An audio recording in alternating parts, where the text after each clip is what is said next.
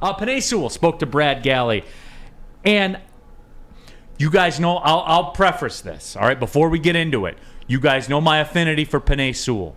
I say he's the one that changed everything. Obviously, it's Brad Holmes. Mm-hmm. But from a player perspective, he's the one that changed the party. Roll this video, Spenmo. Definitely off the bat, expectations are way higher than last year. We coming out with a different intent, different purpose than we were here last year. Attention to detail has to go up. Room of error shortens down a lot, so it's definitely tougher. But with the guys that we coming in and all the new faces like the rookies, I think we can handle it. I mean, shoot, sky's the limit, to be honest. There's whatever's out there for an award, whatever, like Super Bowl. I believe that we have the right guys to accomplish that goal. So sky's the limit, and can't wait to see what we do this year. Real quick before we talk about that man is 335 pounds. He's a massive human being. He looks like that though. Like he's not Aaron Gibson 335.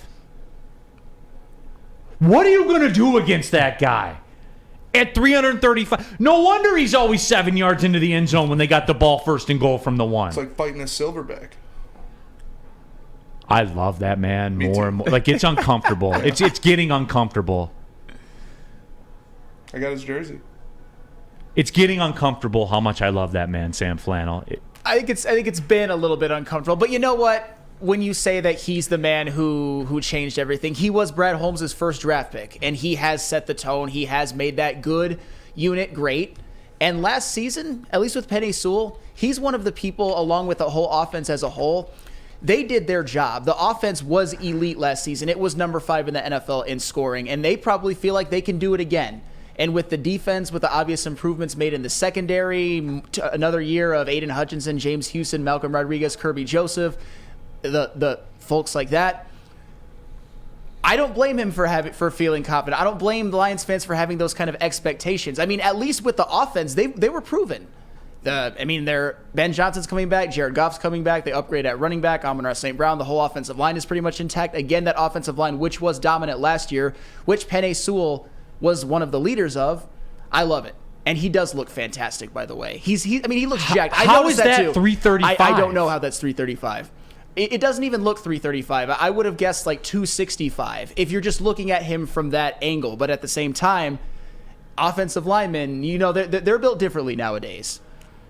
Jesus, man. Paul says, right attitude, right talent, right everything. Here's the deal for me.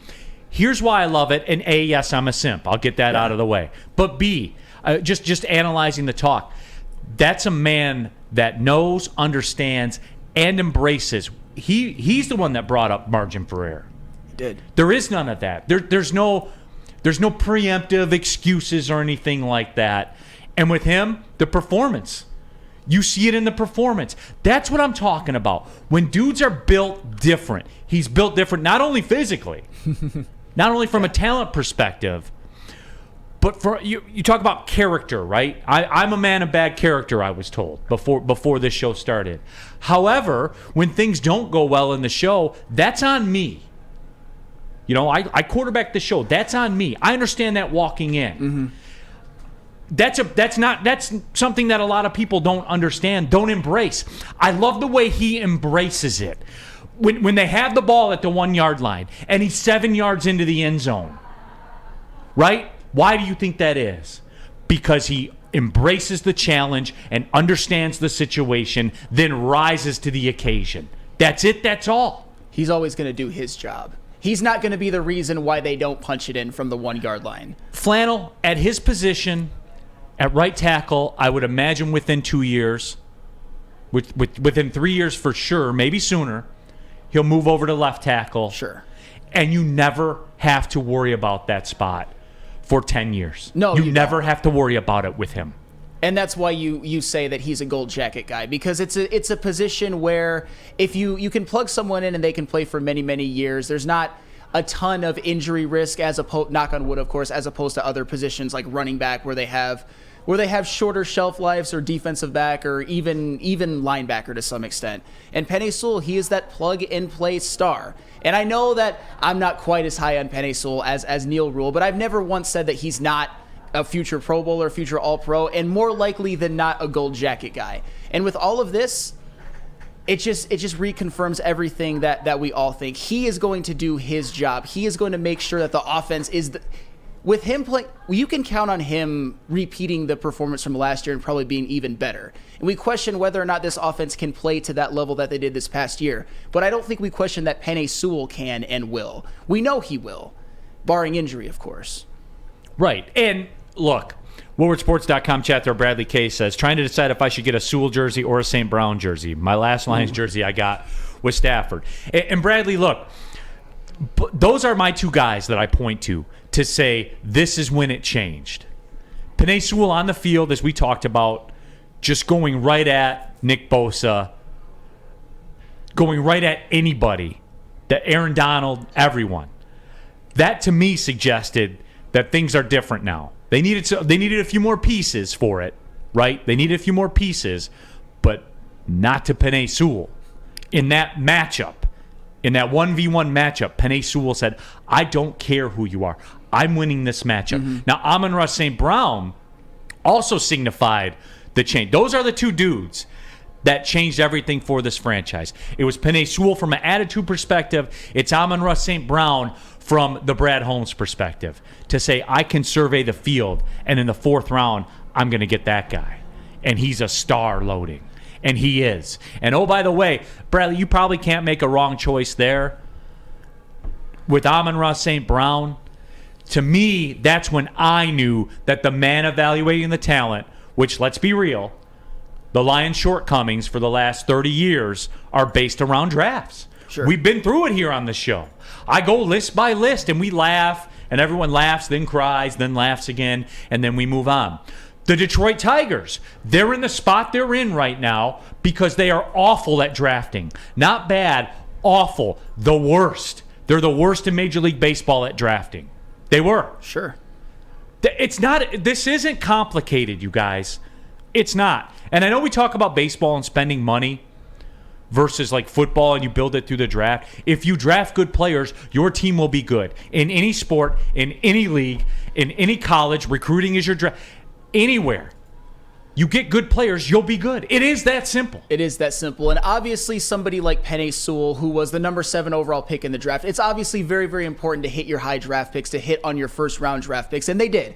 But Penei Sewell, to some, he fell to the Lions. It wasn't that complicated to get Penei Sewell. Amon-Ra St. Brown, on the other hand, he's the type of draft pick that Super Bowl GMs make, that was a diamond in the rough, that was a 4th round draft pick that you saw at the end of 2021 breakout, and then 2022 be one of the better wide receivers in the NFL, probably in that 8 to 12 range.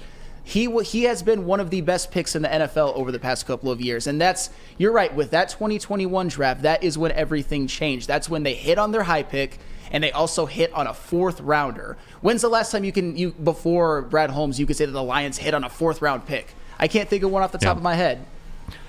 Brandon, Sewell's had issues in pass protection. It doesn't make sense for them to move him to left tackle. All right, number one, you're not moving him to left tackle this year or next year, and then we'll take a look and see what Taylor Decker's story is at that time. Number two, and Spenmo, you've had the video to support it in the past.